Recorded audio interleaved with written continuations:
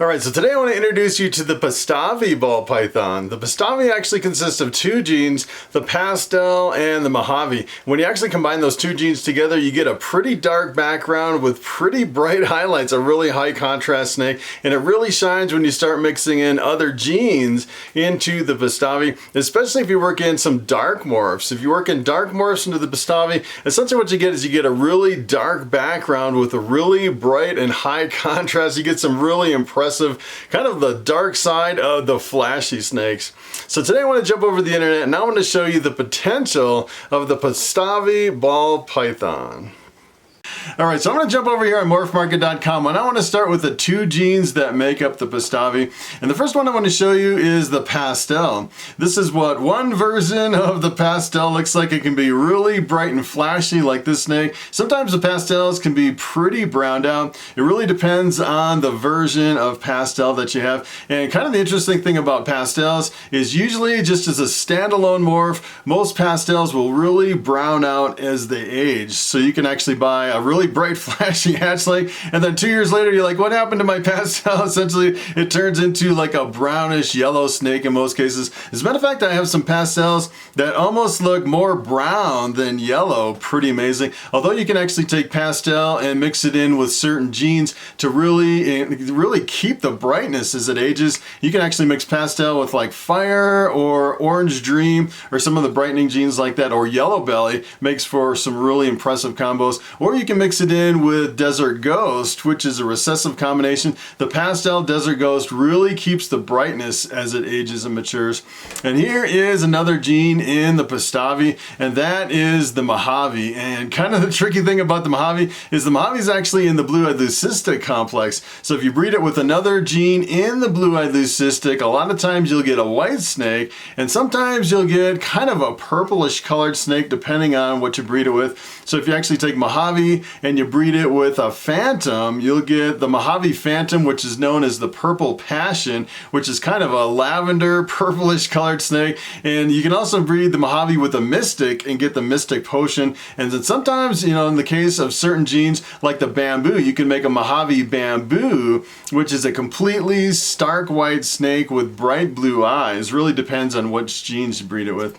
So here's what happens if you take the Mojave and you mix in the Pastel, you get the Pistavi. And take a look at this snake. This is probably one of the best Pistavis I've ever seen over here at Morphmarket. And I think what a lot of people are going for with this combination is they're trying to get a really dark background with a really bright, flashy highlight all over the snake. You can definitely tell the yellow is really enhanced from the Mojave, and then the dark background is really from the Mojave darkening the background. It makes for a really impressive combo. As a matter of fact, if you took a Pistavi and you bred it to a Pastel, you could get the Super Pastel Mojave. And take a look at this snake. This is a Super Pastel Mojave, and it's kind of taken, you know, what you can kind of like the starting point of a dark snake, and then you can go to the light side by adding another copy of Pastel. Makes for a really crazy looking snake with a really high contrast, and it really just pops between the darks and the lights.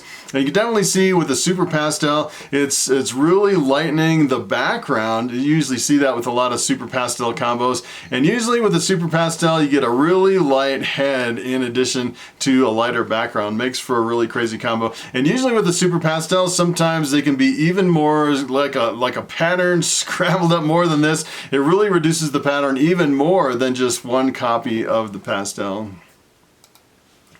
So here is the Lesser. The Lesser is actually in the blue-eyed leucistic complex, and the Lesser is pretty much the king of white snakes. You can breed pretty much anything in the blue-eyed leucistic with the Lesser, and you'll get the all-white snake with blue eyes. And this is what happens if you work the Pistavi in with the Lesser. Essentially what you get is you get an all-white snake with bright blue eyes. Take a look at how blue these eyes are on this combination. Pretty amazing. And essentially what you're doing is you're mixing the Lesser and the Mojave. A lot of people think that the ultimate, the ideal blue-eyed leucistic is the combination of the Lesser and the Mojave. You get the whitest bright white snake with the best looking blue eyes. Pretty amazing. And if you actually make the white snake, it pretty much masks all the other genes in the combination. So this one is Pastel. I'm guessing they probably started with like a Super Pastel where they know that Pastel's in there.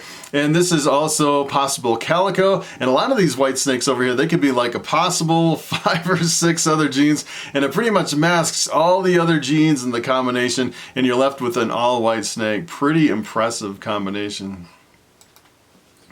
So here is the spider. The spider is a really amazing gene. As a matter of fact, it really makes like the spider web pattern right on top of the snake, and it almost looks like multiple genes in one. It almost looks like it has calico coming up the side, but it's all part of the spider gene. It has a really crazy head stamp, usually on a lot of spiders. And if you actually breed a spider to something else, half the offspring come out as spiders. And you kind of have to be careful about the spider, because a lot of times people will say if you breed 2 spiders together, and a lot of people say it's a lethal combination where you kind of want to avoid spider to spider combinations. Although I have seen some people claim to make a super spider. I haven't actually seen one in person where you breed it to something else and everything comes out as spider.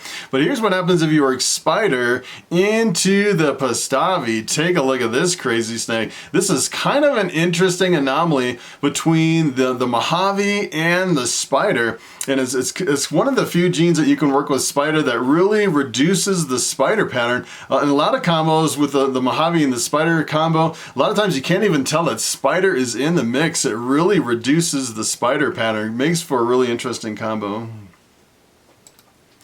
Here is the Enchi, and when it comes to the Pastave, I'd say probably the #1 brightening gene that you can work in with the Pastave is the Enchi. It's pretty amazing. And essentially what the Enchi does is it really reduces the pattern. A lot of times you'll get tiger stripes on the sides of the snake from an Enchi, and sometimes, depending on the line of Enchi, sometimes it won't really reduce the pattern that much. And Enchi can be really variable. Sometimes it'll bring in a lot of orange, like a yellowish orange, into a lot of your combinations, and depending on the version of Enchi, sometimes it doesn't bring in that much orange. But take a look at this. This is what happens if you work Enchi into the Pastave. Take a look at this snake. This is really an amazing combination. This is probably the ideal bright snake working another gene into the Pastave to make a really bright and flashy snake. And you can definitely tell you still have a lot of contrast, and you still have quite a bit of, you know, the darks and the lights coming in for a combination. As a matter of fact, if you took this snake and you bred it to another Enchi and made the super Enchi Pastave, take a look at this. This is pretty crazy. That is like the ideal potential of the bright side of the Pastave. Really amazing combination. And it kind of smooths everything out with 2 copies of the super Enchi. And the super Enchi can be really variable as well. Sometimes I've seen super Enchis that just have little tiny spots on the back of the snake. Sometimes almost no pattern at all with certain lines of super Enchi. So here is the leopard, and I kind of want to transition over to the dark side, working dark genes into the Pastave. And the leopard is kind of like a transition. I would say it's kind of a pseudo dark morph. If you actually take a leopard and work it into something like a coral glow or a banana, essentially what it does is it jumbles up the pattern, but it won't darken it like a true dark morph. And if you mix leopard with something that's already dark, it'll really darken it further, sometimes to like an ink jet black background. Pretty amazing. Here's what happens if you work leopard into the Pastave. Take a look at this. This is a really impressive combo, and this is really kind of the ultimate potential of working the pastel and the Mojave into dark genes and really darkening the background and keeping the bright color as far as the yellows. Really amazing combination. So here is the cinnamon, and the cinnamon's kind of tricky. I'd say the cinnamon is a true dark morph. You mix it with a lot of other genes, and a lot of times even with like the coral glows, it'll darken the background. And the cinnamon is actually allelic with black pastel. So if you actually have a cinnamon black pastel, it's actually known as an 8-ball, which is a completely black and completely patternless snake. It almost looks like a black worm, the 8-ball. Pretty crazy. And here's what happens if you work cinnamon into the Pastave. Take a look at this. You get the cinnamon, Mojave, pastel, and you're like, wait a minute, that's a silver snake. What happened to my Pastave? And it gets a little bit confusing, because if you actually take a look at the genetics on this one, essentially what you're making is you're making a cinnamon pastel, which is also known as a pewter. And a pewter is a silver snake, and the pewter is really visually dominant. And a lot of times the pewters can really be variable as well. I've seen some some pewters that are really super silver like this, and some of the pewters are kind of like a reddish brown. And let me tell you, if you actually make a pewter that's really silver and you add other genes into the mix, a lot of times that silver snake will completely dominate the visual appearance of the snake. And that's where we're ending up with the silver snake, because essentially what it is, it's a Mojave pewter, and the pewter is dominating the appearance. And it's kind of the same way with black pastel. Take a look at this. I actually pulled up the black pastel, and kind of the interesting thing with both the cinnamon and the black pastel is if you make a super, so for example, if you take two black pastels and breed them together, you get the super black pastel, which is a solid black, completely patternless snake. So, and they're also allelic too, so you can make the 8-ball with the cinnamon and the black pastel, or you can make the super cinnamon or the super black pastel, and all of them have no pattern at all, and they're like a really dark brown or jet black. And the black pastel, you can actually tell it's a little bit different than the cinnamon. Usually it has more of a gold color coming out of the snake, and usually a darker, almost like an ink jet black background. And they work similar in some combinations, but in sometimes you can actually tell the difference between the black pastel and the cinnamon. And here's what happens if you work black pastel into the Pistavi. You get another silver snake. As a matter of fact, this one's actually called the Silver Streak. This one actually has a super pastel, 2 copies of the pastel and the black pastel, which is known as the Silver Streak. You can also have 1 copy of the pastel with the black pastel, and that is called the black pewter, versus the pewter, which is the cinnamon and the pastel. So black pastel and cinnamon, you add it to this combination, essentially what you're going to end up with is you're going to end up with a silver snake, not really the intended effect, working a dark gene into the Pistavi. So this is the Mahogany. I'd say working any dark gene in the Pistavi, the Mahogany has to be the #1 gene to make some really impressive combos. And the Mahogany is not really that popular, and it's been out for quite a while. As a matter of fact, you can make a super Mahogany, which is also an all black snake that is completely patternless.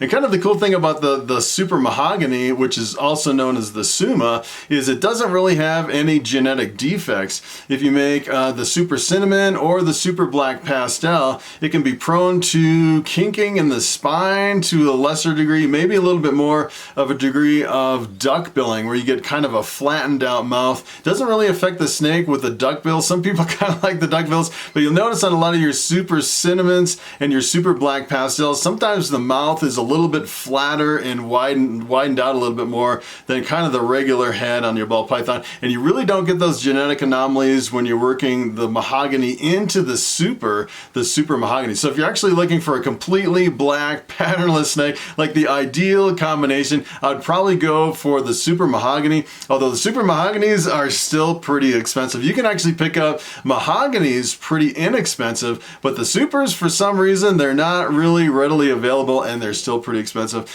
And here's the kind of the interesting thing about Mahogany too, is a lot of times you can tell the difference between Mahogany and the cinnamon and the black pastel, to where the Mahogany has usually more of a copper color in a lot of combinations. So if you work Mahogany into a lot of combos, you still get a really dark snake, usually with high contrast, and it usually has kind of a coppery appearance to it, which is kind of unique. And here's what happens if you work Mahogany into the Pistavi. Take a look at this snake. This is really crazy. A really high contrast between the dark and the light. This is a really insane combination. As a matter of fact, I was wondering the price on this one. I haven't really looked at the price. So this one was only $275. Pretty reasonable getting into some of these combinations.